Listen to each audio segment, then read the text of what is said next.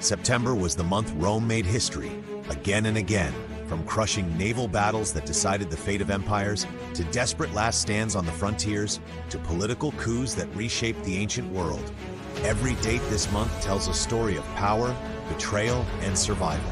In the next few minutes, you'll see how one empire's victories and defeats in September changed the course of history forever. Stay with me until the end, because the final event will rewrite everything you thought you knew about Rome. Before we begin, if you enjoy the video, please hit that like, check out our channel, subscribe, and comment your favorite fact below. Now let's jump into History in Facts, Roman Conquests through September. September 1st, 31 BC, Battle of Actium. The final act of Rome's last civil war unfolded off the coast of Greece. Years of political rivalry and propaganda had split the empire between Octavian in the west and Mark Antony in the east, allied with Cleopatra. On this day, Octavian's Admiral Agrippa used smaller, faster ships to outmaneuver Antony's lumbering war galleys. Cleopatra's sudden retreat triggered panic, and Antony abandoned the fight to follow her. The victory left Octavian unopposed, ending the Republic in all but name. From this moment, Rome would no longer be ruled by senators, but by emperors. September 2nd, 31 BC, Eastern Mediterranean secured. With Antony's fleet shattered, Octavian moved swiftly to occupy key ports and islands across the Eastern Mediterranean. Control of these harbors meant control of the grain and trade routes from Egypt and the Levant, starving Antony of resources and cementing Octavian's dominance. By locking down these sea lanes, Octavian not only cut off his rival's supplies, but also won the loyalty of crucial coastal cities. This ensured that the eastern provinces would fall into his hands without prolonged sieges. The sea was now Rome's highway, and Octavian held the keys. September 3rd, 36 BC, Battle of Naulochus. Years earlier, Octavian's position had been threatened by Sextus Pompey, who used his fleet to blockade Italy's grain supply. At Naulochus, Marcus Agrippa's well-trained crews and innovative grappling hooks smashed Sextus's ships in a decisive battle. The victory shattered Pompey's naval power and forced him into flight, ending his challenge to Octavian's rule. The blockade was broken and Rome's food supply secured. Agrippa won the battle to feed an empire. September 4th, 9 AD, Teutoburg Forest disaster. Governor Varus marched 3 legions deep into Germania, trusting his Germanic ally Arminius. But Arminius had united the tribes against Rome. Over several days in the rain-soaked forest, the legions were ambushed and annihilated. 20,000 men were lost, and Augustus abandoned plans to expand beyond the Rhine. One defeat redrew the map of Europe for centuries. September 5th, 394 AD, Battle of the Frigidus, Day 1. Theodosius I marched west to crush the usurper Eugenius, whose regime had revived pagan symbols. On the first day, Eugenius' troops held strong in the Julian Alps, inflicting heavy losses. But Theodosius refused to retreat, determined to reunite the empire under his rule. As night fell, both sides braced for a decisive second day, unaware that the weather itself would soon tip the balance. September 6th, 394 AD, Battle of the Frigidus, Day 2. A sudden gale blew into Eugenius' lines, blinding his archers and slingers and turning their own missiles back upon them. Theodosius seized the moment, ordering a full assault that broke their ranks and led to Eugenius' capture. The usurper was executed, his army scattered, and the empire was briefly united under one ruler. With Theodosius' victory came the final, irreversible ascendancy of Christianity as the state religion, sweeping away the last official vestiges of pagan worship and imperial politics. Pagan Rome had breathed its last. September 9th, 214 BC, Fall of Syracuse. During the Second Punic War, the wealthy and strategically vital city of Syracuse broke with Rome and allied itself with Carthage, threatening Roman control of Sicily. For 2 years, the city's defense was masterminded by its most famous citizen, Archimedes, whose ingenious war machines, giant catapults, cranes, and grappling hooks, kept the Roman fleet and siege works at bay. But in September, after a prolonged blockade had weakened the defenders, Marcus Claudius Marcellus launched a surprise night assault, breaching the walls and overwhelming the garrison. The fall of Syracuse secured Sicily as a permanent Roman stronghold, deprived Carthage of a crucial ally, and brought immense wealth and art treasures back to Rome. Archimedes himself was killed in the chaos, despite orders to spare him, marking the tragic end of one of history's greatest minds. Even genius can't hold back an empire forever. September 1381 AD, Domitian becomes emperor. After the sudden death of his brother Titus, Domitian took the throne. His reign would see renewed campaigns in Britain and along the Danube, strengthening Rome's frontiers.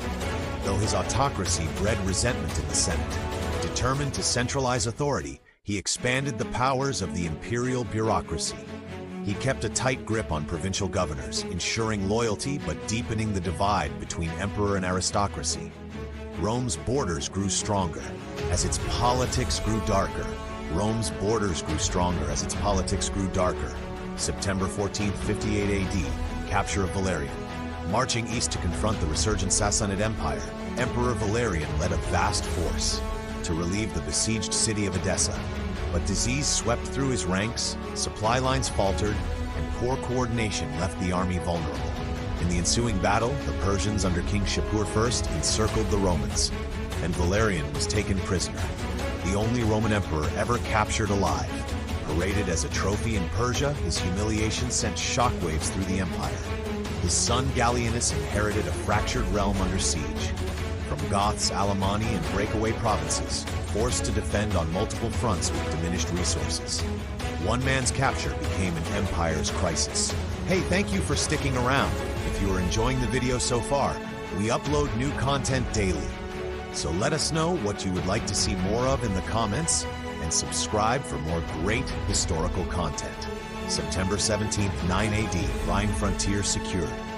In the wake of Teutoburg, Tiberius took command, fortifying the Rhine with new camps and patrols. Rome abandoned dreams of conquest beyond the river, but the frontier held for centuries.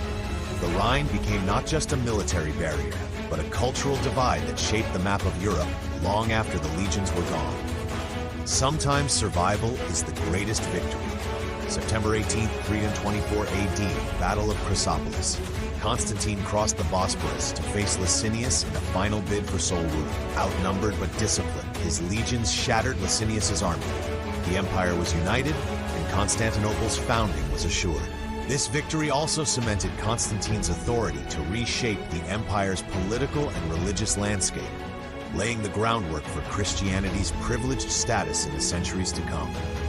One battle gave Rome a new capital and a new future. September 21st, 271 AD, Battle of Fano. The Alemanni had invaded northern Italy, threatening the very heart of the empire at a time when Rome was already fractured by internal strife. Emperor Aurelian, a seasoned commander determined to restore Rome's unity, marched north and intercepted them near Fano. Using disciplined infantry formations to absorb the initial assault, he then unleashed a decisive cavalry charge. The charge shattered the invaders' cohesion and sent them fleeing. The victory not only secured Italy's heartland, but also boosted morale across the empire, proving that Rome could still defend itself against formidable barbarian incursions. With his western flank safe, Aurelian turned east to reclaim lost provinces from the Palmyrene Empire. Aurelian was building an empire back from the brink. September 22nd, 66 AD, siege preparations in Judea. As revolt spread through Judea, Roman governor Cestius Gallus advanced with the 12th Legion and allied auxiliaries, aiming to crush the uprising before it could gain momentum. He tightened the noose around Jerusalem, probing its defenses and attempting to storm the city. But fierce resistance from the rebels, combined with difficult terrain and supply issues, forced him into a costly retreat. The failure emboldened the Jewish resistance and convinced many that Rome could be beaten, ensuring the conflict would escalate into a full-scale war. This opening clash marked the beginning of a brutal campaign that would culminate in Jerusalem's destruction in 70 AD. September 24th, 46 BC, Caesar's quadruple triumph. Julius Caesar returned to Rome to celebrate victories in Gaul, Egypt, Pontus, and Africa. The lavish parades displayed captives, treasures, and symbols of Rome's dominance. Politically, the triumphs reinforced Caesar's unrivaled power. This deepened senatorial fears that would lead to his assassination 2 years later. The cheers of triumph masked the whispers of conspiracy. September 26, 52 BC, Siege of Alesia ends. Julius Caesar's campaign against the Gallic chieftain Vercingetorix reached its climax at the fortified hilltop town of Alesia. Anticipating a relief attempt, Caesar ordered an extraordinary feat of engineering. a double ring of fortifications, one facing inward to contain the defenders, and another facing outward to repel any rescue force. When a massive Gallic relief army arrived, the Romans fought on two fronts for days, repelling repeated assaults with disciplined counterattacks and relentless missile fire. Exhausted and out of options, Vercingetorix rode out to surrender, ending organized Gallic resistance. The victory brought all of Gaul, its manpower, farmland, and wealth, firmly into Rome's orbit, transforming Caesar into the Republic's most celebrated and feared general. One hilltop decided the fate of a nation. September 28, 351 AD, Battle of Mons Seleucus. The usurper Magnentius had risen to power in 350 AD after orchestrating the assassination of Emperor Constans. For over a year, he fought a grinding civil war against Constantius II, the legitimate Eastern emperor. By September 351, Magnentius's forces were worn down by defeats at Mursa Major and constant retreat. At Mons Seleucus, in southeastern Gaul, Constantius pressed the advantage, bringing fresh, disciplined troops against Magnentius's depleted army. The battle ended in a decisive rout. Magnentius fled, but seeing no escape, took his own life shortly after. Constantius emerged as sole ruler of the Roman Empire, but the victory came at a staggering cost in manpower, weakening Rome's ability to defend its frontiers in the decades ahead. One man's fall reunited the empire, but left it dangerously hollowed out. September 30th, 61 BC, Pompey's Eastern triumph. After nearly a decade of campaigning, Gnaeus Pompeius Magnus, Pompey the Great, returned to Rome. His Eastern wars had ended the long struggle against King Mithridates VI of Pontus, dismantled the remnants of the Seleucid kingdom by annexing Syria, and brought Judea firmly into Rome's orbit as a client state. The triumph he staged was one of the most lavish the city had ever seen. A procession of captured kings, exotic animals, and staggering quantities of gold and silver paraded through the streets, a visual ledger of the wealth and territory he had added to the Republic. Yet behind the spectacle, political fault lines deepened. Pompey's unmatched prestige alarmed the Senate, while his veterans demanded land and rewards. These tensions would drive him into alliance with Julius Caesar and Crassus, setting the Republic on a path towards civil war. From Actium's crashing oars to the storm-lashed passes of the Frigidus, from frontier walls on the Rhine to the surrender at Alesia, September has always been Rome's month of turning points. Victories fed the empire, defeats reshaped its borders, and every date carried the weight of a world in the making.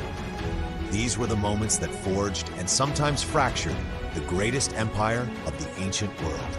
Thank you for watching History and Facts. If you did enjoy or find the video interesting, we have many more coming, so please like, comment, and subscribe to be notified when we release a new one. See you next time.